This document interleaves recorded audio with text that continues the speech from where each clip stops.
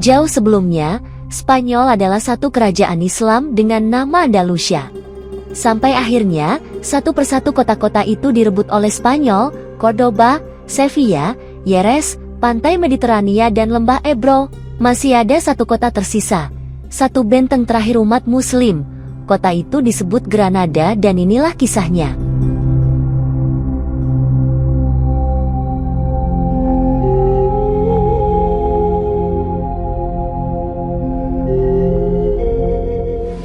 We tend to think of this as the beginning of an era.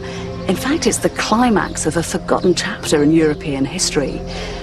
The rise and fall of Islam in the West.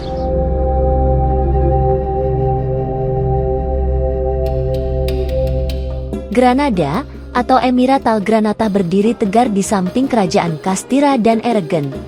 Sebenarnya keinginan Castilla untuk menaklukkan Granada sudah dimulai sejak abad 13.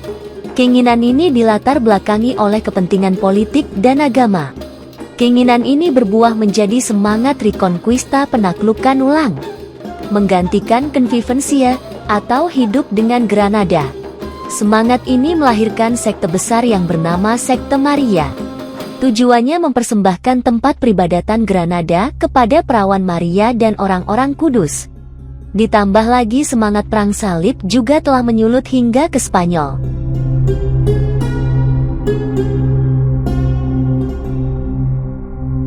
Di sana terdapat lahan subur dengan air mengalir yang disebut Vega. Kaum bangsawan Muslim banyak yang membangun villa di sana. Bahasa Arab yang berkembang di sana disebut Al-Gharbi karena banyak mengandung bahasa Latin. Granada menjadi tempat berlindung bagi kaum Muslim atau disebut kaum Moor dan Yahudi dari seluruh penjuru Andalusia, sebuah negeri yang makmur dengan militernya yang kuat. Castilla dan Aragon keduanya adalah kerajaan yang dianggap bertanggung jawab atas hancurnya Andalusia dan Granada. Di kedua wilayah ini, sebenarnya masih ada segelintir kaum Muslim dan Yahudi. Yang Muslim disebut Mudejar, yang Yahudi disebut Converso. Mereka sering mendapat tekanan dan ancaman dari otoritas Spanyol, bahkan dipaksa membantu Castilla dalam menaklukkan Granada. Ratu Isabella, seorang ratu dari Castilla, ia fanatik terhadap agamanya dan sangat intoleran. Raja Fernando, suami dari Isabella, kedua pasangan ini pandai meniupkan propaganda publik dengan menyebut Fernando sebagai kaisar terakhir yang dijanjikan yang kelak merebut Yerusalem, atau New David, atau yang disebut juga yang tersembunyi. Castilla memiliki agen rekrutmen militer yang disebut Continos, sebagian besar sukarelawannya para pengangguran dan kriminal yang mendapatkan pengampunan jika ikut berperang. Selain itu ada juga tentara bayaran berupa penembak dan pemanah dari Prancis, Jerman, Italia dan kerajaan lain di Spanyol, pasukan kapak dari Swiss juga artileri dari Burgundi. Strategi pertempuran.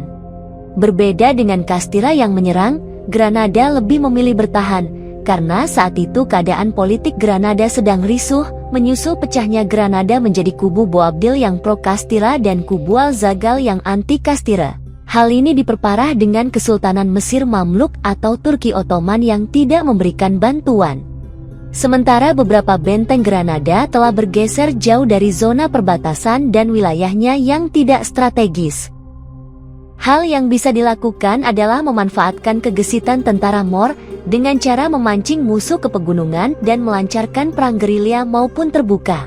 Spanyol lebih unggul dalam strategi pengepungan, mereka membangun benteng-benteng kokoh sebagai pangkalan militer yang disebut kota kontra. Salah satu yang terkenal adalah Santa Fe yang dibangun sebagai pangkalan tetap untuk mengepung Granada. Tahun 1478, genjatan senjata berakhir dengan penyerangan Amir Abu Al-Hasan Ali ke kota perbatasan Castile, yaitu Zahara.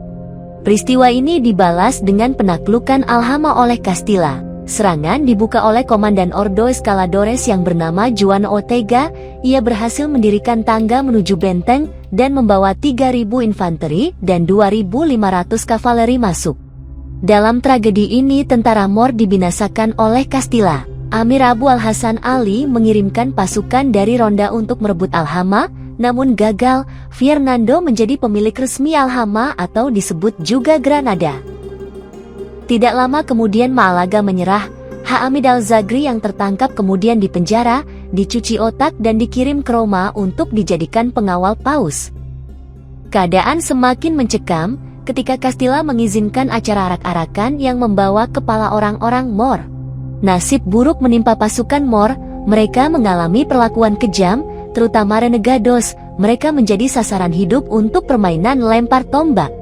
Sementara para pasukan Spanyol yang desersi dan kaum konverso dibakar hidup-hidup. 1 Januari tahun 1492, saat itu penduduk Moor memandang Boabdil dengan tatapan dingin. Boabdil dianggap sebagai pengkhianat dan menyerahkan kunci kota kepada Isabella dan Fernando. Serta umbul-umbul kerajaan dikibarkan di Alhambra. Santiago, Castilla untuk Don Fernando dan Don Isabella yang maha tinggi lagi perkasa, yang telah merebut seluruh Granada dengan kekuatan senjata dari tangan Moor kafir.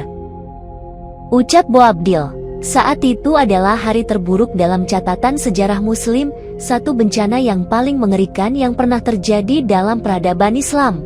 Menurut cerita, Boabdil lalu pergi meninggalkan Granada dengan didampingi ibundanya, Fatimah, sambil mengucurkan air mata ketika melintasi jalur pegunungan. Fatimah terus menghiburnya. Jalur yang dilewati Boabdil itu masih terkenal sampai sekarang sebagai jalur helaan nafas terakhir sang Moor.